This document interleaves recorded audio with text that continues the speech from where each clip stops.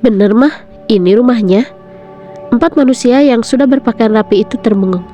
Di hadapan mereka sekarang terdapat pemandangan yang cukup jauh dari kehidupan mereka sekarang. Sebuah rumah kecil yang warna catnya bahkan sudah memudar. Bener kok. Cindy tersadar dari bengongnya dan berjalan menuju pintu lalu mengetoknya. Assalamualaikum. Salam Cindy sembari mengintip dari jendela yang berada di samping pintu. Waalaikumsalam. Mendengar jawaban dari dalam membuat Cindy memundurkan langkahnya untuk berdiri di depan pintu. Tante. Aira tersenyum ramah pada Cindy dan menyalimi tangan wanita itu.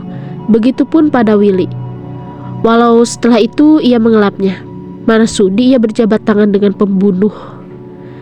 Aira menolehkan kepalanya ke arah sumber suara. Sedetik kemudian Aira sedikit terkejut. Walaupun kemarin sudah melihat Adele, ia lupa kalau Adele tahu dirinya anak orang kaya. Lo jatuh miskin sekarang? Atau jangan-jangan lo cuman pura-pura kaya? Aira hanya tersenyum menanggapi pertanyaan Adele yang seolah mengejeknya. Gue pura-pura miskin, batin Aira menjawab. Adele, gak boleh gitu. Kalian kenal? Tanya Cindy yang sedari tadi memperhatikan interaksi anak dan calon menantunya. Cewek sok jagoan di sekolah, mana mungkin gak kenal. Yang ada gedeg Adele lihat mukanya. Kesel Adele. Adele, gak boleh kayak gitu. Peringatan dari Cindy lagi dan hanya mendapat respon Adele yang memutar bola matanya jengah. Tante, Om, mari masuk. Ujar Aira yang mempersilahkan para tamu itu masuk ke rumah dadakannya itu. Sampai lupa mempersilahkan masuk gara-gara Adele. Mereka masuk ke dalam rumah sederhana itu. Tante Cindy dan Erpan terlihat biasa saja. Hanya Adele yang terlihat tidak nyaman dan Willy yang terlihat memperhatikan seisi rumah. Willy sepertinya tidak percaya bahwa ini benar rumah anak rival kerjanya itu. Maaf semuanya, rumahnya kecil. Cindy tersenyum menanggapi ucapan Aira. Sedang yang lainnya tidak menanggapi sama sekali. Bahkan Adele malah mengibas-ngibaskan tangannya ke wajah karena gerah dan pengap.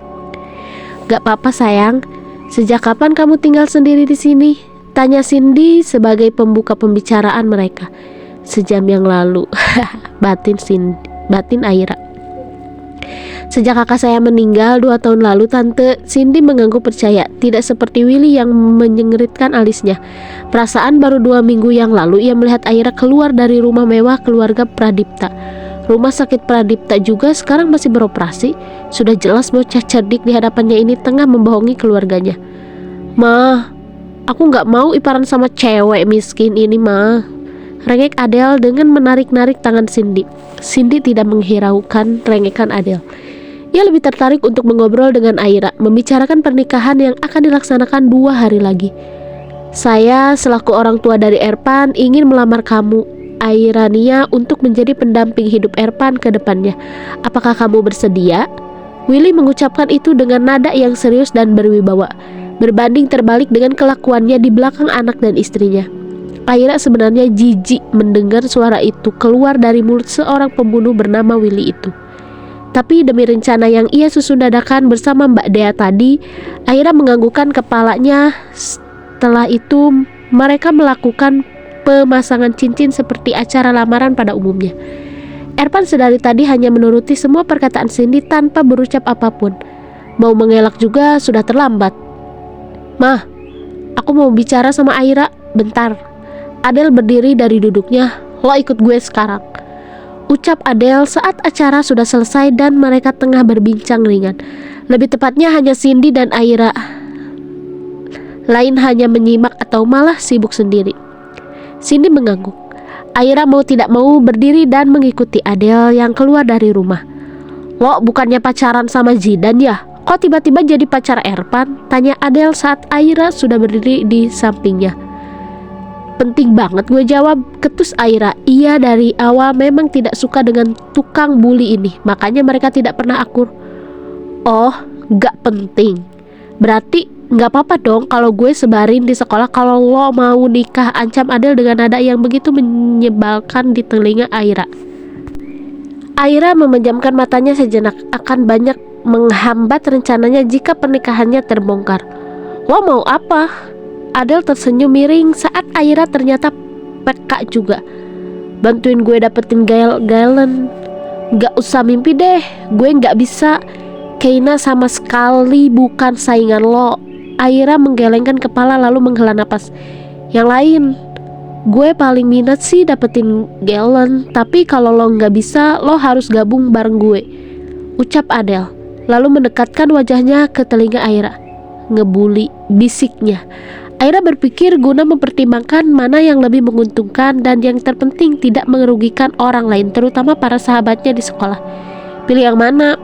Bully, jawab Aira dengan terpaksa lalu berbalik badan dan kembali ke dalam rumah.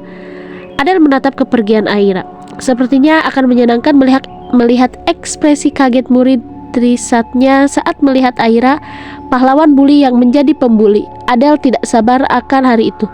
Udah selesai? Tanya Cindy saat melihat Aira kembali duduk di tempatnya. Aira mengangguk. Udah tante.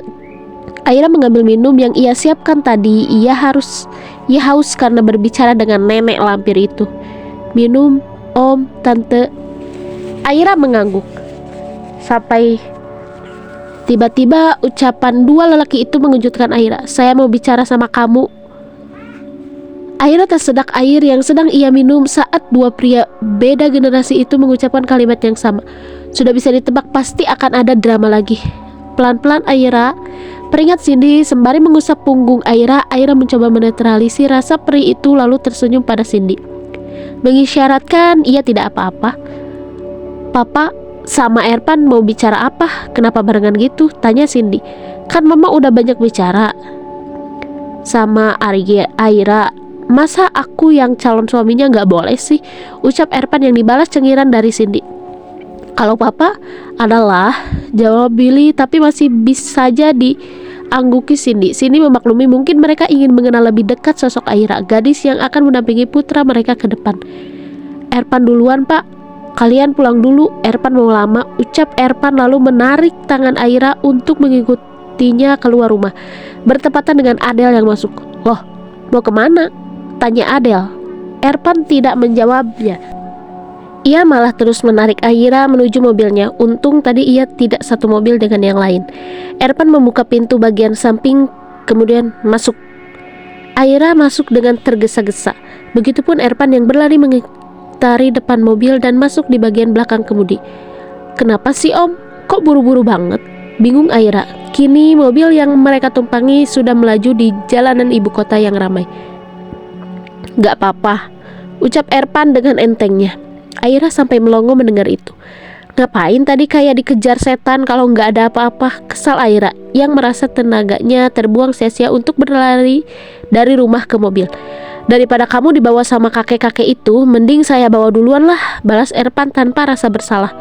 Kakek yang mana? Heran Aira, kenapa CEO ini sangat menyebalkan sih?